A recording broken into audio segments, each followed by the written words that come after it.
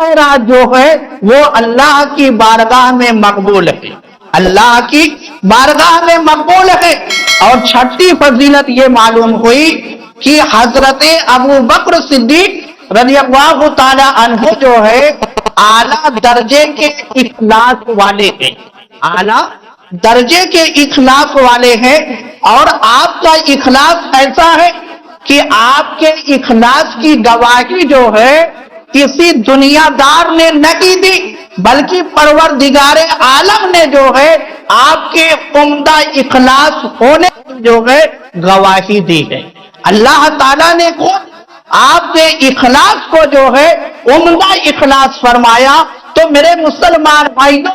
ان دونوں آیتوں سے جو ہے یہ 6 فضیلت حضرت ابو بکر صدیق رضی اللہ تعالی عنہ کی معلوم ہوئی۔ اب دیکھو میرے مسلمان بھائیوں، ان آیات سے معلوم ہوا کہ حضرت ابو بکر صدیق رضی اللہ تعالی عنہ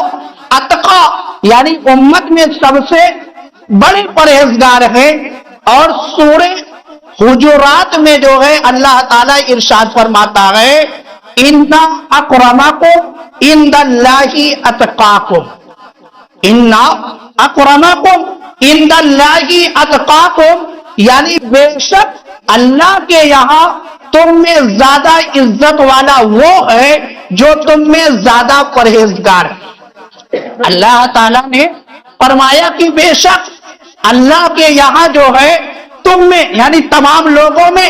سب سے زیادہ اگر کوئی عزت والا ہے تو جو سب سے زیادہ پرہیزگار ہے وہی جو ہے عزت والا ہے، جو پرہیزگار ہے وہی عزت والا ہے۔ ان اکرمکم عند اللہ اتقاکم۔ اب میرے مسلمان بھائیوں، دونوں آیت کریمہ کو ملائیں، دونوں آیت کریمہ کو ملائیں۔ وَسَيُجَنَّبُهَا الْأَتْقَى الَّذِي يُؤْتِي مَالَهُ يَتَزَكَّى اور اِنَّ أَكْرَمَكُمْ عِندَ اللَّهِ أَتْقَاكُمْ، دونوں آیتوں کو جو ہے ملائیں تو اب ایک آیت کے اندر تو اللہ تعالیٰ نے فرمایا کہ اللہ کے یہاں جو ہے سب سے بلند رتبہ والا وہ جو سب سے زیادہ تقوی پرہیزگار والا ہے، اور دوسری آیت کے اندر اللہ تعالیٰ نے فرمایا کہ انبیاء اکرام کے بعد جو ہے سب سے زیادہ تقوی والے سب سے بڑے پرہیزگار ابو بکر ہیں۔ تو اب معلوم کیا ہوا کہ پہلے خلیفہ حضرت ابو بکر صدیق رضی اللہ تعالی عنہ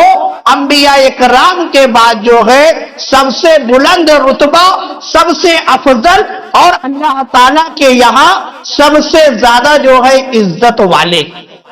یعنی آپ کے جیسا انبیاء اکرام کے بعد آپ کے جیسا جو ہے روئے زمین پر کوئی ہے ہی نہیں، کیونکہ اللہ تعالیٰ نے ایک آیت کے اندر سب سے بڑا پرہیزگار آپ کو بتایا اور دوسری آیت کے اندر اللہ تعالیٰ نے یہ فرمایا کہ میرے نزدیک جو ہے سب سے زیادہ جو پرہیزگار ہے وہی عزت والا ہے۔ تو اب ابو بکر صدیق رضی اللہ تعالی عنہ کی یہاں سے شان جو ہے یہ واضح ہو جاتی ہے کہ اللہ کے نزدیک اگر کوئی سب سے زیادہ عزت والا ہے، اگر کسی کو سب سے زیادہ شان و عظمت ملی ہے انبیاء اکرام کے بعد، تو سب سے زیادہ شان و عزت اور اللہ کے قریب میں یعنی قرب میں اگر کسی کو سب سے زیادہ مقام ملا ہے انبیاء اکرام کے بعد تو حضرت ابو بکر صدیق رضی اللہ تعالی عنہ کو ملا ہے۔ اور فتاوی رضویہ کے اندر میرے سیدی سرکار اعلیٰ حضرت نے فرمایا کہ اہل سنت و جماعت کا اجماعی عقیدہ ہے، اجماعی عقیدہ ہے کہ نبیوں اور رسولوں کے بعد، نبیوں اور رسولوں کے بعد جو ہے مخلوق میں خلفائے راشدین یعنی حضرت ابو بکر، حضرت عمر، حضرت عثمان اور مولا علی جو ہے سب سے افضل ہے۔ اہل سنت کا